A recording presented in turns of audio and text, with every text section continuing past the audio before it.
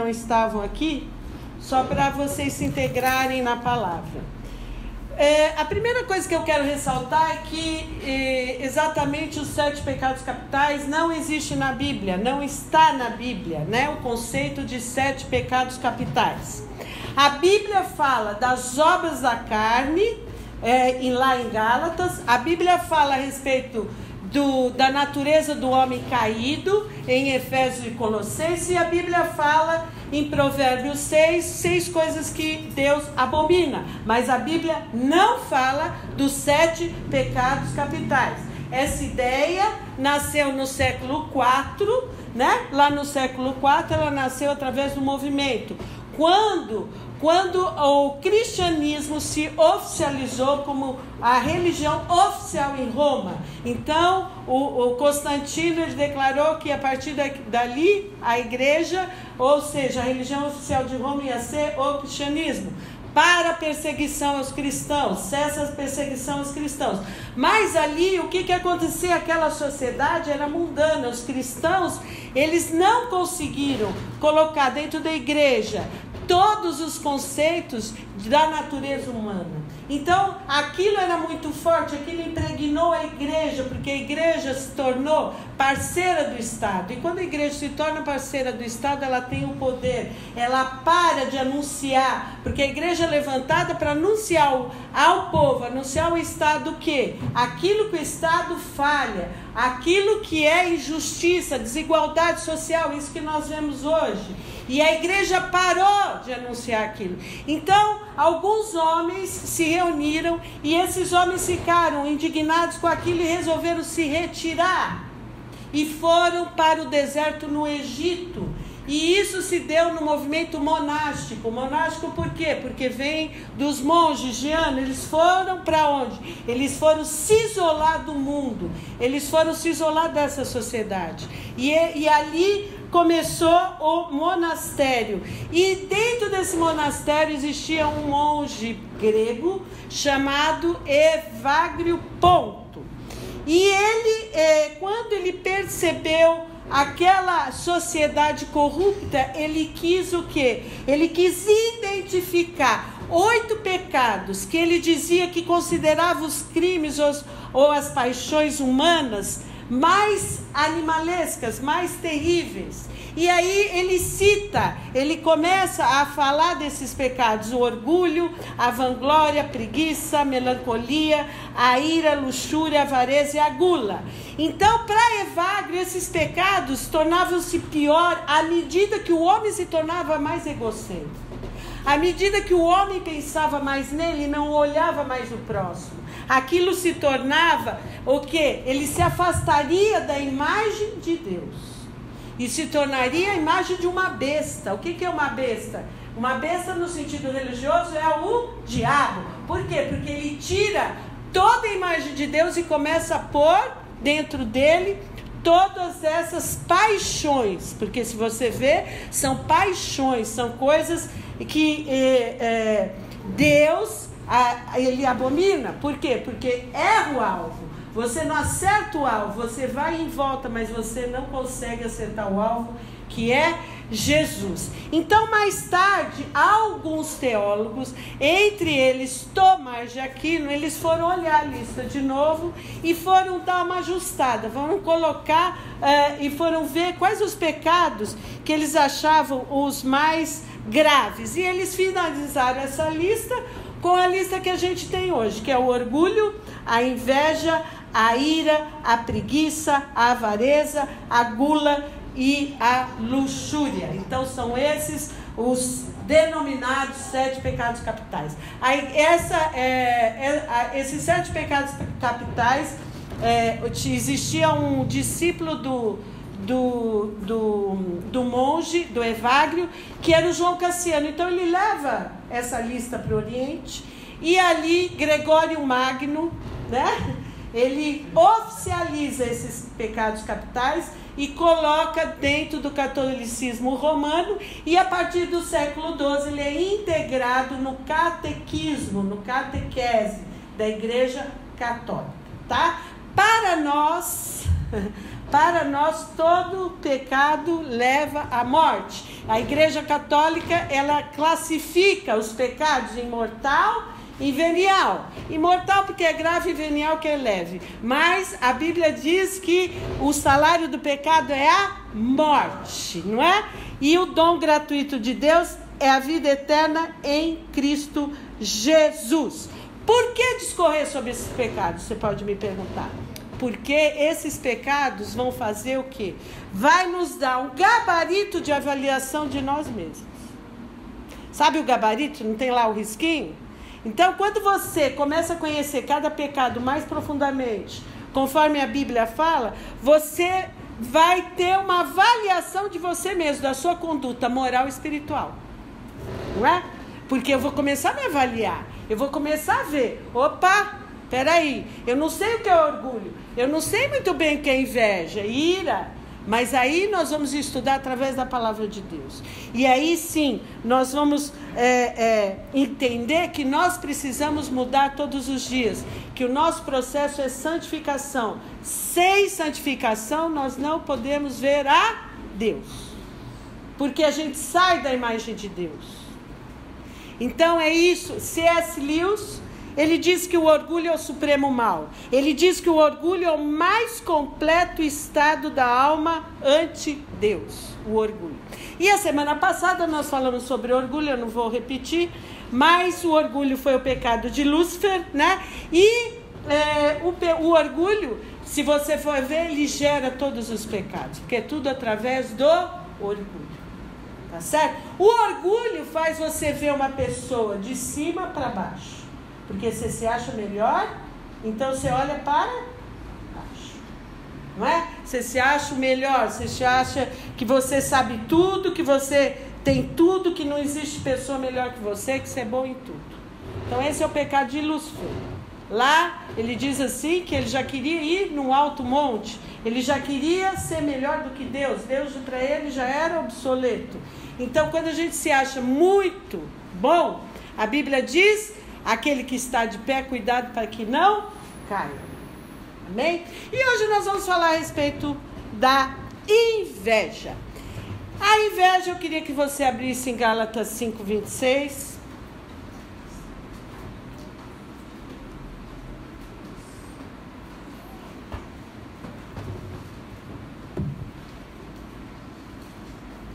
Você vai ver que tudo está ligado ao orgulho.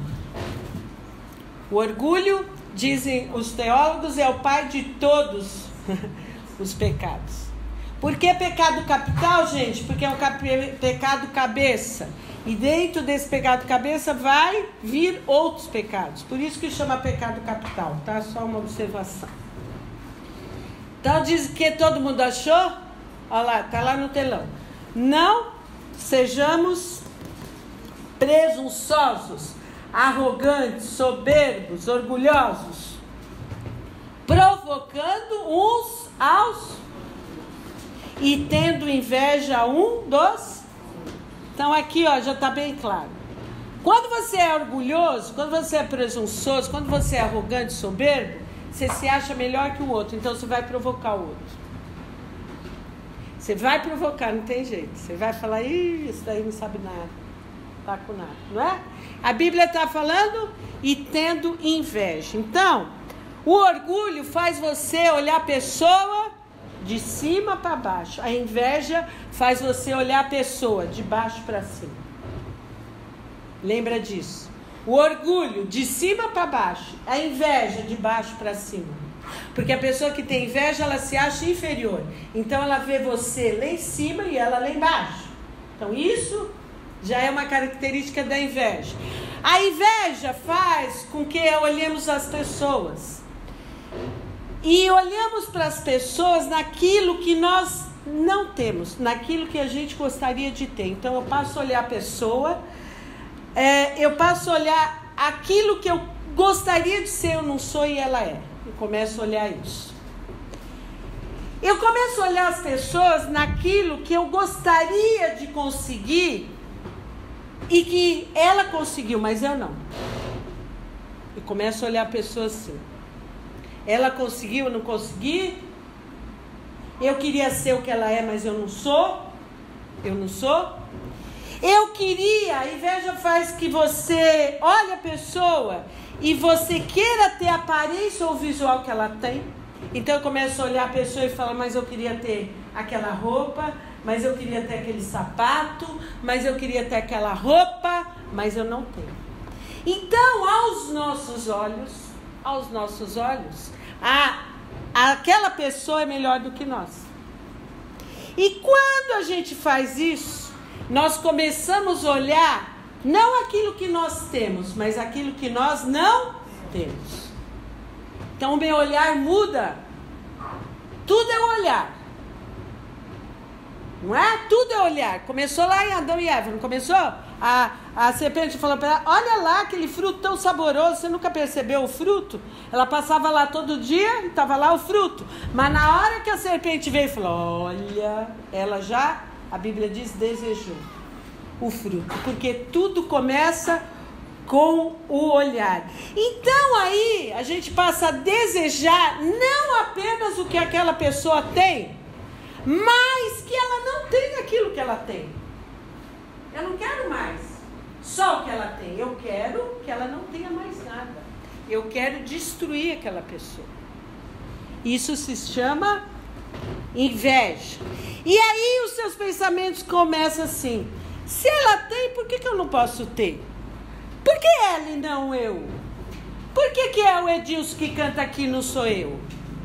Por que é o Juninho que toca? Eu também sei tocar. Começa assim. E aí eu começo a me sentir inferior a essa pessoa. E essa pessoa, a quem eu estou pondo no espelho, nem sabe que eu estou pensando tudo isso dela. Porque é a mente que está trabalhando através de quem? Dos dardos malignos do inimigo, que vai aumentando. Não é verdade? Então, eu começo a pensar assim, eu estou oprimido por essa pessoa está me oprimindo. Porque eu olho para ela, eu quero ser ela. Eu quero ter o que ela tem. E eu não tenho. E aí, eu começo a dar um jeito para acabar com essa diferença. E o jeito que eu tenho para acabar com essa diferença é acabar com ela. Só tem um jeito. Vou acabar com ela. Aí eu resolvo o meu problema. Então a inveja não é apenas desejar o que o outro tem. É desejar que o outro perca aquilo que ele tem. Já que eu não tenho, ele não vai ter também. Então a inveja é maligna, meu irmão. A inveja, a palavra de Deus nos adverte em vários versículos. Não tenha inveja. Provérbios 14, 30, vamos pôr aqui.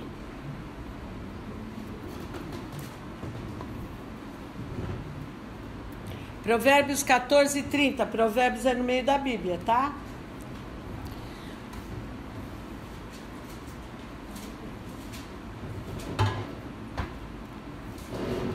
Diz assim, ó, o coração em paz dá vida ao corpo, mas a inveja apodrece os ossos.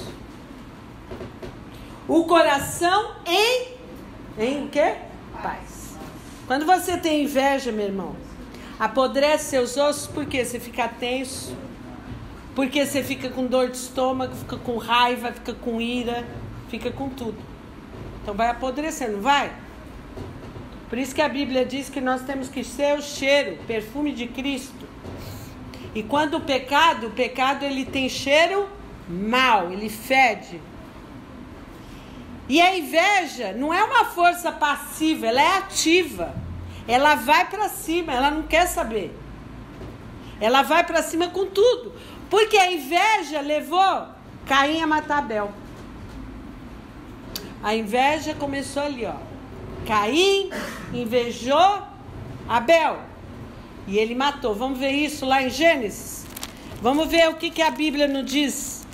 Exemplos a respeito da inveja. O que é que ela gera no ser humano? Ela gera morte. Gênesis 4, versículo 3, 5 e 8. Nós vamos ler. Versículo 3, 5 e 8.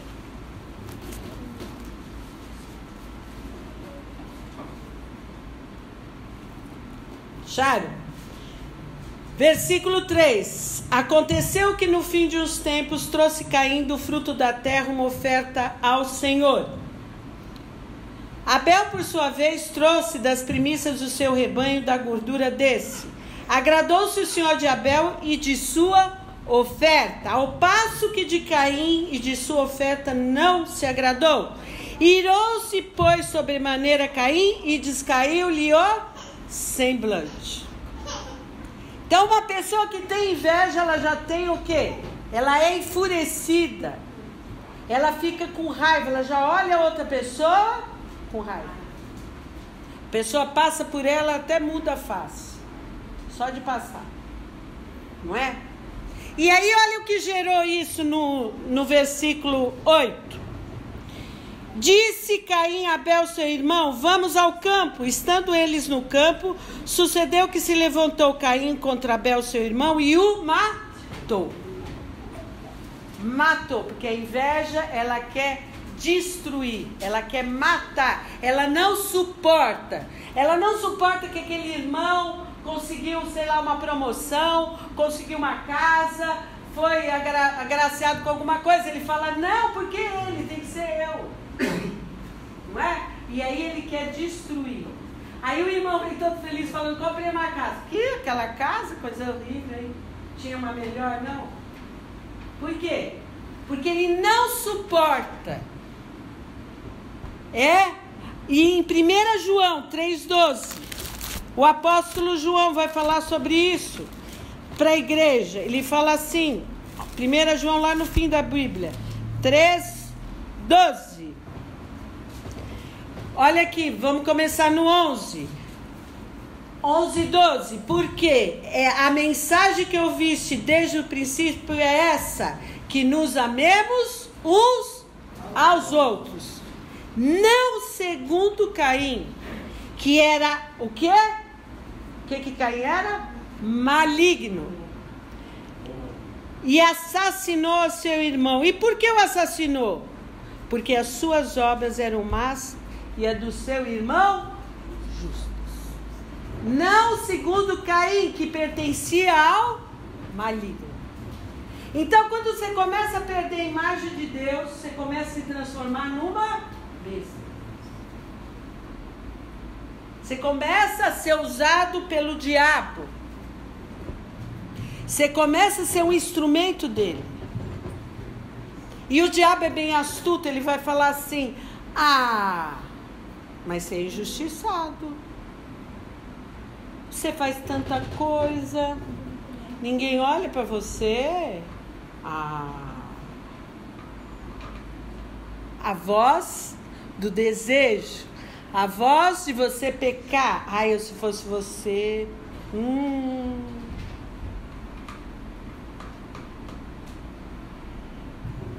A inveja levou José, os irmãos de José, ao tráfico de humanos, de seres humanos. Vamos ver isso aqui em Gênesis 37. Gênesis 37.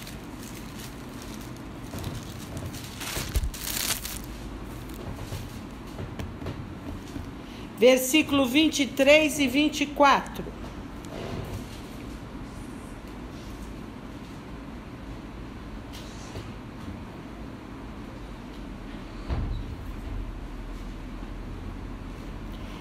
Amém? Diz assim: mas logo que chegou José a seus irmãos, despiram-no da túnica, a túnica talar de mangas compridas que trazia, e tomando, lançaram na cisterna vazia e sem água. Amém? Por quê? Porque o pai tinha dado uma túnica bonita. Eram filhos, eram irmãos, eram familiares. Mas o pai tinha dado uma túnica para ele. E os irmãos não aguentaram isso. E bolaram ali um plano para que José fosse vendido como escravo para os midianitas. E no versículo 28 diz assim: e passando os mercadores midianitas, Os irmãos de José alcançaram e o tiraram da cisterna e o venderam por 20 ciclos de prata aos ismaelitas. Esses levaram José ao Egito.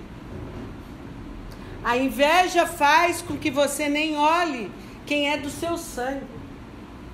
A inveja é tão maligna, é tão do diabo, é tão lá embaixo, que ela faz uma família se destruir por causa da inveja. A inveja destrói. E lá em Atos 9, vamos ver aqui em Atos 9.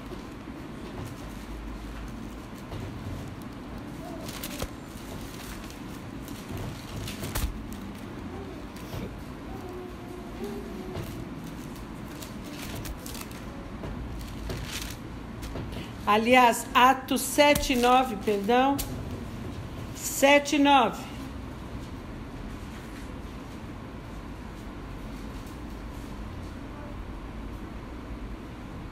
Diz assim: os patriarcas invejosos os patriarcas invejosos de José venderam-no para o Egito, mas Deus estava com ele. Os patriarcas tendo inveja de José. Quantas vezes a gente vende um irmão, entre aspas, falando mal?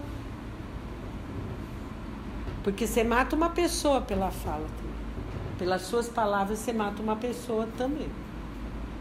Não é só a morte física, não é só a escravidão, mas é também as palavras que saem da sua boca. A inveja brotou no coração de Saul. Saul era rei, foi ungido, foi o primeiro rei de Israel. O povo queria um rei. E Deus ungiu um rei, que era Saul, em 1 Samuel 18.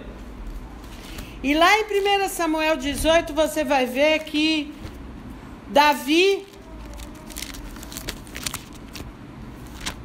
tinha vencido quem? O Golias, o gigante.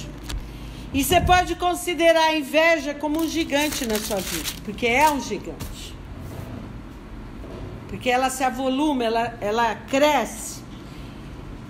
E 1 Samuel 18, 5.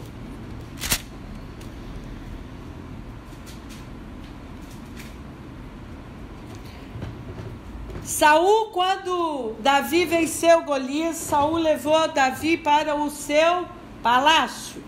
E aí diz a Bíblia aqui que saía Davi aonde quer que Saul enviava e se conduzia com prudência, de modo que Saul pôs sobre tropas do seu exército, e ele era benquisto de todo o povo e até dos próprios servos de Saul.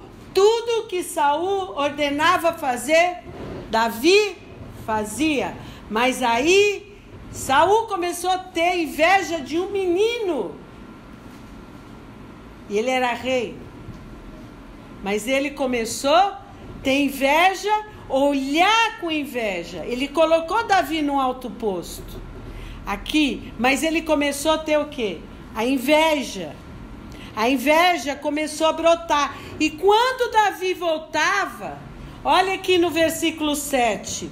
As mulheres se alegravam e cantando alternamente diziam: Saul feriu os seus milhares, porém Davi os seus 10 milhares.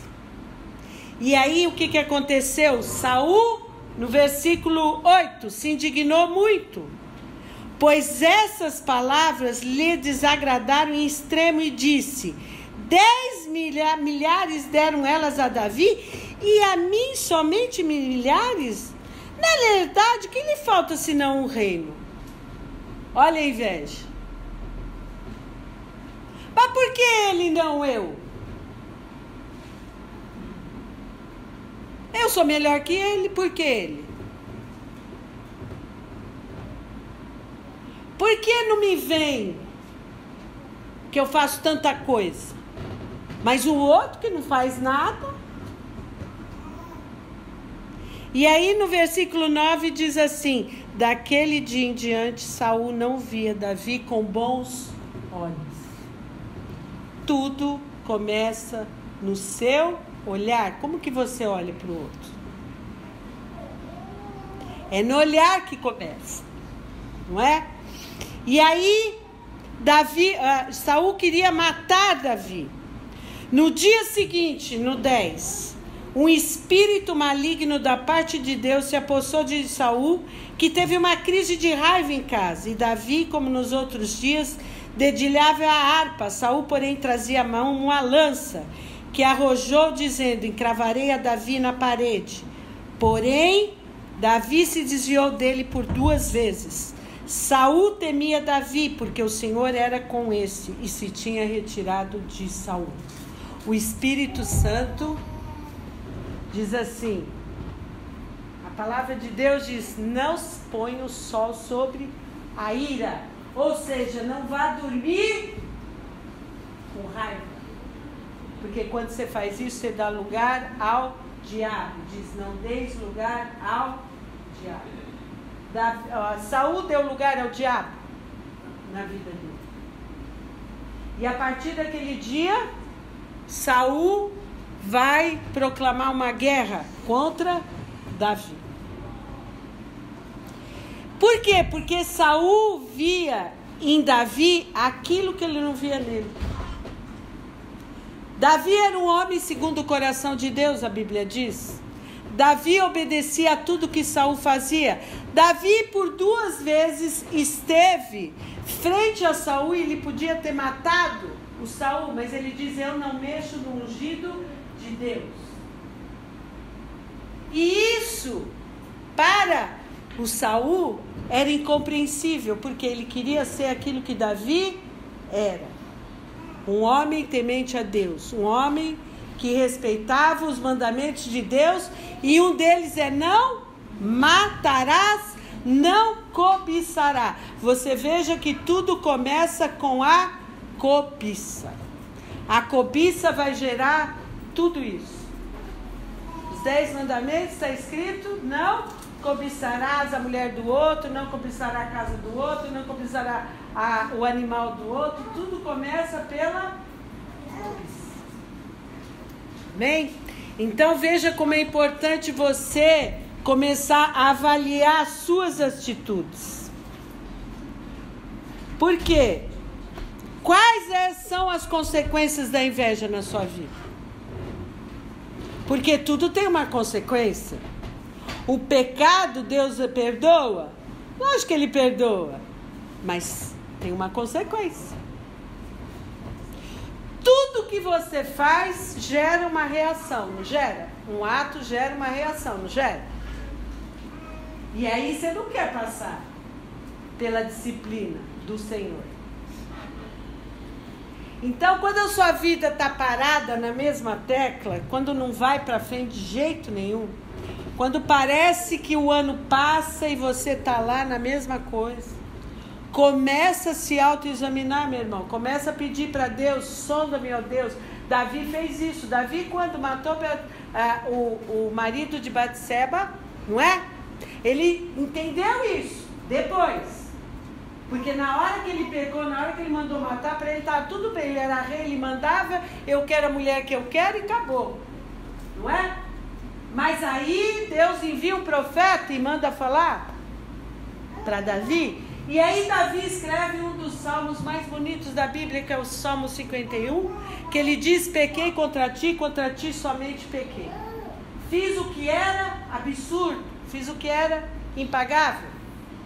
Mas ele diz assim: cria em mim, ó Deus, um coração puro, e renova dentro de mim um espírito inabalável. E ele vai dizer uma oração que nós temos que fazer todos os dias: sonda-me, ó Deus, e conhece o meu coração. Sonda-me e conhece os meus pensamentos. Vê se há em mim algum caminho mau e me guia pelo caminho eterno. Davi reconheceu o pecado. Ele teve consequência? Ele teve, porque a casa dele, os filhos dele, nunca foram certos. Mas Davi, ele entendeu e compreendeu o que é o pecado. Como o pecado gera morte dentro de nós. Quando você faz um ato, quando você briga, quando você, sei lá, xinga ou faz alguma coisa, aquilo gera morte dentro de você. Você vai ficar triste, você vai ficar ou irado, falar, por que eu não falei mais? Por quê? Porque vai gerar, porque é maligno, porque vem do inferno. Então, uma das consequências da inveja na nossa vida, ela nos faz viver no lado errado da nossa vida. Ela faz você viver no lado errado. Ela não faz você viver naquilo que Deus nos capacitou e nos chamou, para ser imagem e semelhança dele, para amar como ele amou, para perdoar como ele perdoou, para orar como ele orou, para interceder como ele intercede todo dia por nós. A Bíblia diz que ele intercede todos os dias. E a Bíblia diz também, quem nos separará do amor de Cristo? Será morte, perseguição, fome? Quem nos separará? Só você. Quando você começa a seguir os instintos da carne, aí sim você vai gerar a morte. Por quê? Porque em vez de você se contentar com aquilo que você tem, você só quer aquilo que você não tem. E você começa a crescer o que dentro do nosso coração? O ódio. Que deseja que o outro não exista mais. Foi o caso de Caim. Para ele resolver a diferença dele, ele matou. Os irmãos de José venderam José. Saul foi atrás de Davi, mas acabou de uma maneira, foi morto.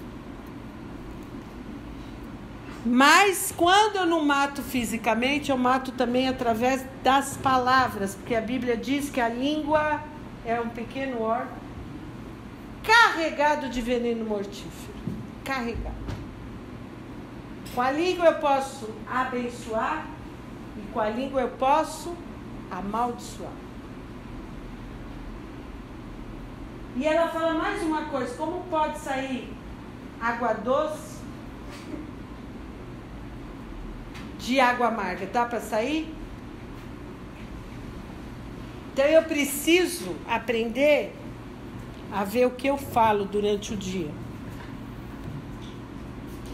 Então, por isso que a Bíblia diz, não sejamos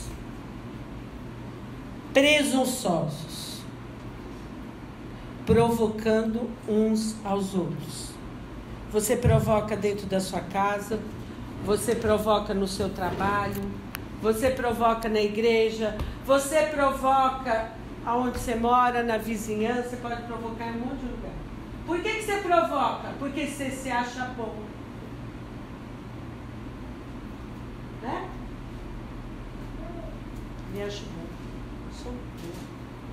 Aquele lá é pecador, aquele lá tem que ir para o inferno. Mas eu vou para o céu. Aí eu já não quero mais orar por aquele irmão. Aí eu já quero entregar ele para o diabo mesmo. Vai, fica lá. O sentimento de morte. Você quer matar. Você está vendo como é que é a inveja? E aí o invejoso, ele em vez de sentir prazer com o que ele possui, ele sofre com o que os outros têm. Ele sofre. Você já viu como sofre quando a pessoa tem? Você não tem? Você começa a sofrer. Mas, glória a Deus, que a Bíblia, ela nos dá o antídoto para todas as coisas. Ela nos ensina todas as coisas. E quando eu tenho inveja, é porque eu quero aquilo que eu não tenho. Mas a Bíblia diz assim, para mim, para você, lá em 1 Tessalonicenses 5:18.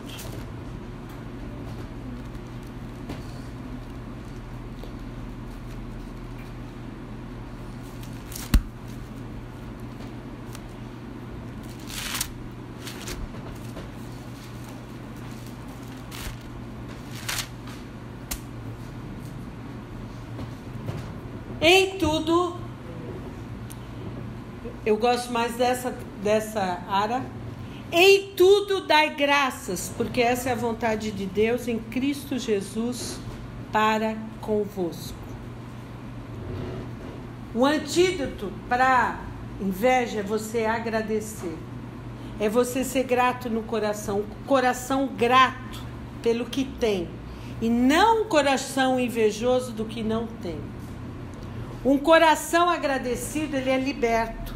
Essa é a vontade de Deus, meu irmão.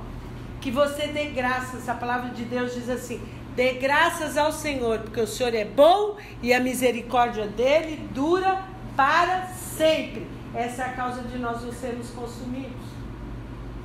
Porque as misericórdias do Senhor se renovam todos os dias na nossa vida. E a Bíblia diz em 1 Timóteo 6, é um pouquinho para frente, ó, você está em Tessalonicenses, você vai para frente. 6, 7, 8, ela diz assim, olha.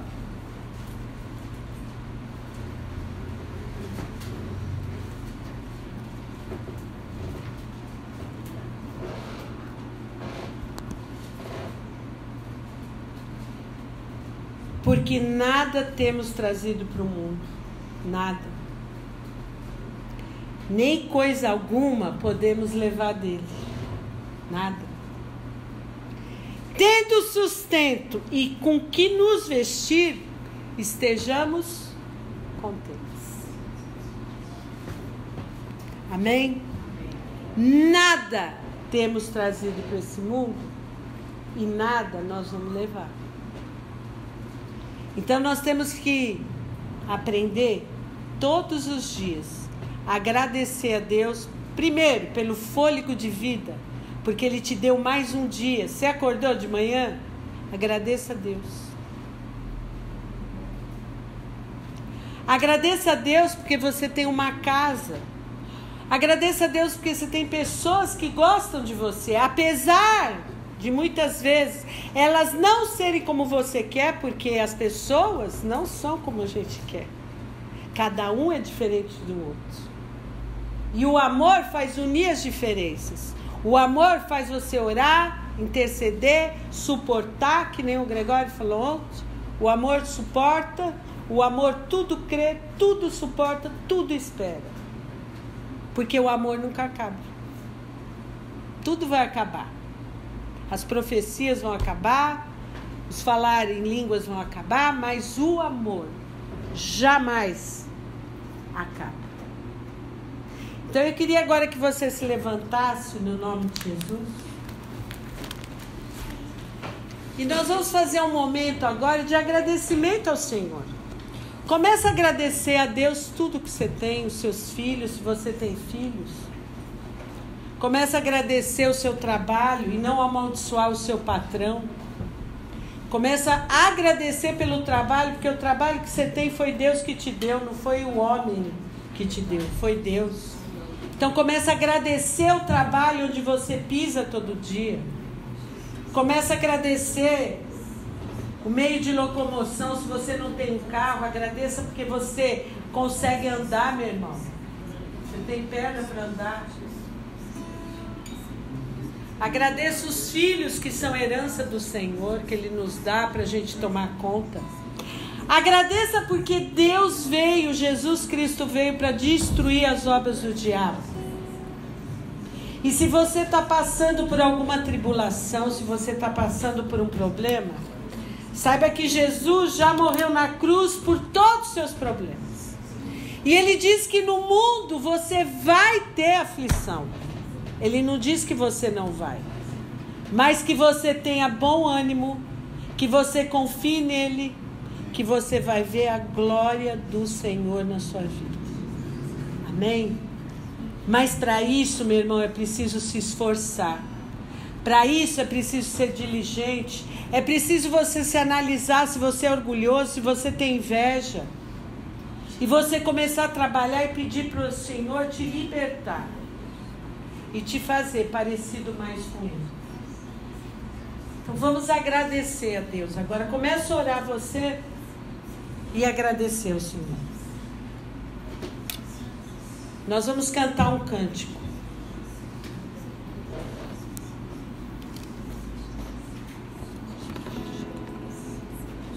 Balabás. Levar xere labalabás. Amém, Jesus. Glórias a teu nome, Pai.